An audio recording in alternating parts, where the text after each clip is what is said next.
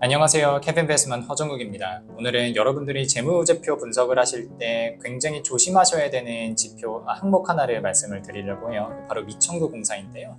아마 재무제표 분석을 많이 안 해보신 분들은 그동안 재무제표를 봤다고 하더라도 미청구 공사라는 항목을 자주 보신 적이 없으실 거예요. 근데 간혹 가다가 미청구 공사가 뜨는 산업들이 있을 거고, 미청구 공사가 과하게 증가했다고 하면 생각보다 위험할 수가 있거든요. 그래서 미청구가 도대체 뭐길래 위험할 수 있는지 오늘 소개해드리는 시간을 가져보고자 합니다. 자, 첫 번째로 미청구 공사가 뭐냐면 조금 어려운 얘기를 드려야 될 것 같아요. 우리 회계는요, 손익계산서에 매출하고 비용 그리고 이익을 잡을 때 어떤 기준으로 잡냐면 매출에다가 비용을 대응시킨다. 그래서 수익비용 대응의 원칙이라고 하는데 매출이 나지 않으면 비용을 잡기가 어렵습니다. 판관비는 제외할게요. 그럼 매출이 나려면 어떻게 해야 되느냐? 내가 돈을 받았다라고 해서 매출이 나는 게 아니라 내가 제품하고 서비스를 만들어서 고객한테 전달을 해야 매출이 납니다. 그래서 제품을 만들어서 고객한테 전달하기 전까지는 매출이 날 수가 없어요. 매출이 안 나고 그에 따라서 비용도 잡히지가 않습니다. 그럼 이런 회계 원칙을 따랐을 때 문제가 생기는 산업이 수주 산업이 있어요.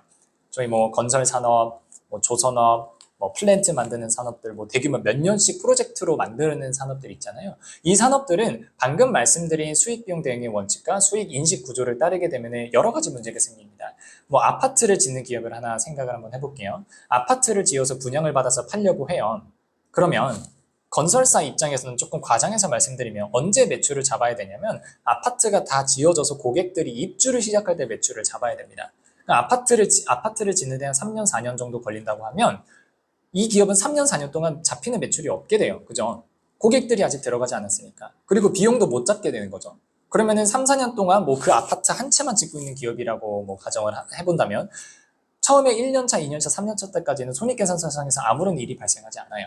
그리고 4년차 때 갑자기 그동안에 지었었던 아파트들에 대한 입주와 분양과 입주가 끝나면서 모든 실적이 정리돼서 갑자기 매출 몇 천억, 그리고 비용 얼마 해가지고 이익 얼마 이렇게 뿅 하고 나겠죠. 그리고 그 다음 아파트 지을 때 또 한 3년 동안 매출과 비용이 안 잡히다가 4년에 한 번씩 매출과 비용이 잡혀서 이익이 발생, 그런 이상한 기업이 될 거거든요. 그래서 수주 산업들 같은 경우에는 우리 진행 기준에 따라서 수익을 인식한다라고 저희가 보통 이야기를 합니다. 이게 어떤 의미냐면 고객한테 아파트가 실제로 전달되지 않았다고 하더라도 아파트가 몇 퍼센트 지어졌느냐에 따라서 수익을 그대로 잡게 돼 있어요. 그러면은 아파트가 몇 퍼센트 지어졌는지는 우리가 어떻게 확인을 하느냐? 기업이 지출한 비용을 가지고 판단을 합니다. 예컨대 내가 3년이나 4년에 걸쳐서 한 800억 정도의 비용이 들 것 같다. 라고 하면은 올해 만약에 정산을 해보니까 200억 정도 썼어요. 그 말은 뭐냐면 800억 중에 200억을 썼으니까 25% 정도 공사가 진행됐겠구나. 그런 매출도 전체 계약 금액의 한 25% 정도를 잡자라고 이야기를 하게 됩니다. 그리고 그 과정에서 잡히는 게 바로 미청구 공사예요. 미청구 공사는 뭐냐면 만약에 우리 아파트 같은 경우는 거의 계약금, 중도금, 잔금 치르는 기준이 정해져 있으니까 크게 걱정하실 필요 없을 수도 있는데 우리 조선업 같은 경우 보면 고객사에서 이제 검사하시는 분이 와가지고 기업이 진짜 잘 지어지고 있는지를 판단을 해줘야 얘네가 매출 인식을 중간에 인보이스를 끊어줄 수가 있거든요. 그럼 만약에 우리 회사가 비용을 얼마를 써서 진행 기준으로 판단을 해보니까 한 30% 정도 공사가 진행된 것 같아요. 그래서 매출을 30% 정도 잡아놨다는 거죠. 근데 감리관 입장에서 보니까 실제로 배가 그렇게 지어진 건 아니더라는 거죠. 그럴 때는 어떻게 하냐면 우리 회사는 매출을 30% 정도 잡았을 거예요. 근데 고객사에서 와서 판단을 해보니까 30%가 안 지어져 있었고 30%에 해당하는 금액을 못 준다는 거죠. 영수증을 끊어줄 수 없어요. 인보이스가 안 나온다는 거죠. 그러면 나 혼자 매출을 잡고 고객 입장에서는 매출 인정해 줄 수 없는 상황에 대해서 우리가 자산으로 잡는 게 미청구 공사입니다. 그래서 미청구 공사가 늘어난다는 거는 나 혼자 매출을 잡고 고객은 인정하지 않는 매출분이 그만큼 늘어났다라고 판단을 하실 수가 있는 거예요. 지금 제가 말씀드리는 쪽을 전달드리면 이게 매출 채권이랑 약간 헷갈리실 수가 있어요. 근데 매출 채권하고 미청구 공사는 아주 첨예하게 다른 개념이거든요. 매출 채권은 뭐냐면 내가 물건을 실제로 넘긴 거예요. 그리고 고객도 그걸 인정을 하고 서로 영수증을 끄는 겁니다. 인보이스를 끊었어요. 근데 아직까지 그 대금 결제만 안 해준 거예요. 정말 외상으로 딱 판 거지 서로 팔고 샀다라고 하는 거를 서로 인정을 하고 있는 겁니다. 근데 미천구공사 같은 경우는 나는 매출을 잡았는데 제가 인정을 안 해주는 거예요. 그럴 경우에 미천구공사를 잡거든요. 그렇게 회계적인 개념이 다릅니다. 그래서 매출 채권이 뭐 늘어나는 것도 뭐 엄청 좋은 거는 아니지만 매출 채권은 적어도 내가 물건을 넘기긴 했으니까 고객이 만약에 대금 결제를 안 해주면 그거에 대해서 법적인 대응이라도 할 수가 있는데 미천구공사 같은 경우에는 나 혼자 매출 잡고 고객사에서는 영수증도 안 끊어준 매출분이기 때문에 그걸 나 혼자 매출을 잡는 게 문제가 될 수가 있어요. 그래서 미천구공사가 늘어났다라고 하는 거는 매출이 아무리 많이 잡혀서 이익이 났다고 하더라도 실제로 회사에 들어오고 있는 현금은 없다라는 얘기죠. 그러니까 수주산업 입장에서는 몇 년에 걸쳐서 지어지는 프로젝트에 계속해서 현금이 적절하게 조달되는 게 중요한데 이 미천구공사가 늘어나고 있다는 것은 기업이 현금적으로 굉장히 경색되고 있다는 시그널을 던져줄 수 있기 때문에 여러분들이 한 번 더 확인을 해보셔야 되는 항목인 거죠. 그래서 오늘은 미천구공사가 쌓여서 문제가 터졌던 가장 대표적인 기업을 하나 말씀을 드려볼게요. 바로 하나오션이에요. 최근에 하나오션 말씀을 드릴 거가 아니라 하나오션은 원래 대우조선해양이었잖아요. 지금으로부터 거의 10년 전쯤에 대우조선해양 분식회계 사건이 터집니다. 이 분식회계 사건이 터지면서 우리나라가 회계적으로는 굉장히 뒤집혔던 역사들이 있어요. 그때 대우조선해양에 투자하셨던 많은 투자자분들도 손실을 입기도 했고 그 분식회계를 하면서 쓸데없이 늘어났던 자산이 바로 미천구공사거든요. 그래서 대우조선해양이 실제 영업이익을 숨기기 위해서 미천구공사라고 하는 자산을 어떻게 활용을 했는지 그리고 그게 실제로 현금 흐름표에는 어떻게 드러나는지를 한번 보여드려 볼게요. 자, 보고 계신 재무제표는 대우조선해양의 2014년도 사업보고서고요.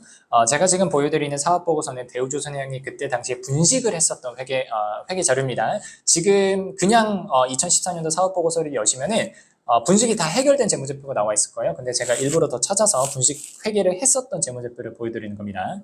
매출액 3년 추이를 한번 볼까요? 14조, 15조, 16조 예쁘게 조금씩 늘어나고 있어요. 영업이익도 뭐 4,800억, 4,400억, 4,700억 이런 식으로 늘어나고 있죠. 이런 식으로 유지가 되고 있죠. 이때 당시에 이제 대우조선해양의 주가 흐름이 굉장히 좋았었던 이유가 대우조선해양의 경쟁사라고 할 수 있는 삼성중공업하고 현대중공업은 이때 당시 막 적자가 나고 그랬었어요. 근데 대우조선해양 혼자서 막 4천억씩 이익이 나니까 사람들이 되게 좋아했어요. 조선업 업황이 어려운데도 불구하고 대우조선해양이 뭔가 있나 보다. 뭔가 경쟁력이 있으니까 이렇게 이익이 나고 그래서 주가가 가는 거 아니겠냐라고 하면서 개인 투자자분들이 굉장히 많이 따라 들어갔었던 기억이 있거든요. 근데 이 4천억대 이익이 전부 다 뻥이었습니다. 사실 이상했거든요. 우리 수주산업이라고 하는 거는 거의 다 정말 수주산업이라고 하는 이유가 있어요. 이익을 남기기가 어렵습니다. 그러다 보니까 매출을 얼마나 많이 수주하느냐에 따라서 영업이익이 결정이 되고 업황이 꺾이면은 기업들이 다 같이 마진이 조금씩 퍼센트 차이는 있겠지만 다 같이 적자가 났다가 다 같이 흑자가 나고 그 사이클을 타는 특성이 있거든요. 근데 경쟁사인 삼성중공업하고 현대중공업이 모두 다 적자가 날 때 혼자서 이익이 난다는 건 사실 되게 이례적인 일이었거든요. 이것부터 약간 이상하게 보셨어야 돼요. 물론 근데 뭐 그거는 지나간 얘기니까 뭐 이런 말은 차치하고 밑으로 내려가셔서 실제 대우조선해양이 이때 당시에 현금을 얼마나 벌고 있었느냐 손익계산서상의 영업이익은 4천억대씩 나지만 실제로 현금을 어떻게 벌고 있느냐에 대해서 한번 말씀을 드려볼게요. 자, 현금 흐름표 오셔서요. 가장 정확한 거는 요 밑에 영업에서 창출된 현금 흐름을 보시면 되거든요. 이게 3년 동안 마이너스 6천억, 마이너스 9,800억, 마이너스 2천억 이렇게 떠요. 위에서는 영업이익이 1년에 4천억씩 난다고 공시를 했는데 실제 현금은 1년에 막 6천억, 거의 1조 이렇게도 빠지고 있었다는 거죠. 그럼 도대체 이 영업이익하고 영업에서 창출된 현금 흐름하고의 그 갭을 만든 친구가 누구냐라고 보시면 밑에 순운전 자본 변동이라고 나와 있죠. 순운전 자본 변동이 구체적으로 뭔지는 다음 시간에 말씀드릴 텐데 여기서 현금이 1조 7천억, 1조 8천억, 1조 3천억 이런 식으로 빠져나갑니다. 그럼 순운전 자본에 도대체 어떤 것들이 있길래 여기서 현금이 빠져나가느냐 이게 굉장히 궁금하잖아요. 주석에 가셔서 한번 검색해 볼게요. 현금 흐름표 주석 가보시면 순운전 자본의 변동이라고 해서 나와 있죠. 2년치게 나와 있는데 여기서 가장 많은 포션을 차지하고 있는 항목을 고르자면 미천구공사의 증가가 있습니다. 작년에 2조 4천억 마이너스 증가했고요. 그래서 현금 마이너스 됐던 얘기고 올해도 미천구공사가 1조 5천억 늘어나서 마이너스가 됐던 얘기입니다. 그러면 2년 동안 합쳐서 거의 4조에 해당하는 미천구공사 증가가 있었고 이 미천구공사가 증가함에 따라서 우리 회사가 매출하고 비용 잡아서 이익은 태웠지만 실제로 현금은 안 들어왔었다는 거죠. 그게 2년 동안 4조가 늘어났다는 얘기예요. 대우조선해양은 이때 당시에 미천구공사를 인위적으로 늘리는 방법을 통해서 영업이익을 예쁘게 만들었어요. 그리고 그게 분식회계였던 거죠. 하지만 실제로는 3년 동안 현금을 계속해서 거의 조 단위에 가까운 돈을 잃어버리고 있었던 거죠. 이게 분식이었어요. 그리고 이게 나중에 밝혀지면서 우리나라가 뒤집어집니다. 그럼 다시 한번 보여드릴게요. 제가 지금은 분직회계를 했었던 사업보고서를 보여드리고 있잖아요. 나중에 대법원까지 가서 정정이 된 사업보고서를 한번 보여드릴게요. 매출은 13조, 14조, 15조 이런 식으로 조금 떨어졌어요. 1조씩. 근데 영업이익이 보시면은 마이너스 700억, 마이너스 1조, 마이너스 6천억 이렇게 됩니다. 제대로 계산을 하면은 영업 적자가 막 조 단위로 났었어야 된다는 거죠. 하지만 분식회계를 통해서 4천억대의 영업이익을 거짓으로 계산하고 있었다는 거죠. 그럼 현금흐름표 다시 한번 내려가서 한번 볼까요? 현금흐름표 가시면요. 영업에서 창출된 현금흐름이 마이너스 6천억, 마이너스 9,800억, 마이너스 2,300억 이렇게 보시면 기억력이 좋으신 분들은 제가 방금 분식했던 재무제표에서의 현금흐름표하고 지금 보여드리는 현금흐름표가 숫자 차이가 하나도 안 난다는 걸 아실 거예요. 이게 어떤 말이냐면 대우조선해양이 분식을 하는 과정에서 손익계산서를 분식을 하는 데는 성공을 했는데 현금흐름표를 속이는 거는 불가능했다는 얘기죠. 왜 그러냐면 현금흐름은 기업의 그 법인 명의의 예금 통장에 있는 현금 규모랑 처음과 끝이 일치해야 되거든요. 그렇지 않으면 현금흐름표에 대한 감사가 나갈 수 없어요. 그러니까 현금흐름표는 못 속였다는 얘기예요. 그리고 미청구공사가 증가해서 현금이 거기에 묶여 들어갔다는 것도 여기에 순환준잔본에 사실 다 반영이 되고 있었다는 거죠. 굉장한 겁니다, 여러분들. 그래서 제가 강의 때도 항상 말씀드리지만 손익계산서부터 볼 게 아니라 현금흐름표부터 보고 현금흐름표를 제대로 분석하는 게 훨씬 더 중요하다는 말씀을 드리는 이유가 여기에 있는 거예요. 그래서 오늘 드렸던 말씀을 정리해 볼게요. 조선업을 예시로 말씀드리긴 했지만 사실 모든 수주산업이 마찬가지입니다. 수주산업 기준으로요.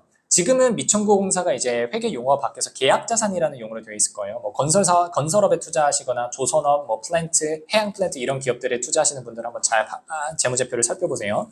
계약자산 혹은 미청구공사가 많아진다라고 하는 거는 그게 분식이든 아니든 사실 좋은 상황이 아니에요. 분식이면은 뭐 당연히 안 좋은 거고 분식이 아니라고 하더라도 그게 정당하게 잡힌 미청구공사 계약자산이라고 하더라도 그만큼 기업이 단기적으로 현금이 경생되고 있다는 얘기입니다. 손익계산서가 아무리 예쁘게 나도 기업 안에 현금이 안 들면 그 기업은 실수할 수밖에 없어요. 그리고 그건 펀더멘탈 저하로 이어지거든요. 그래서 미청구공사 또는 계약자산이 늘어나는 것을 경계하셔라. 그리고 예시로 들어드렸던 게 대우조선해양이죠. 대우조선해양이 경쟁사들이 적자가 나고 있는 와중에도 불구하고 3년 내내 4천억대 영업이익 흑자를 공지를 했는데 이게 알고 보니까 거짓이었다. 뭘 거짓으로 했다? 미청구공사를 과대 계산했다.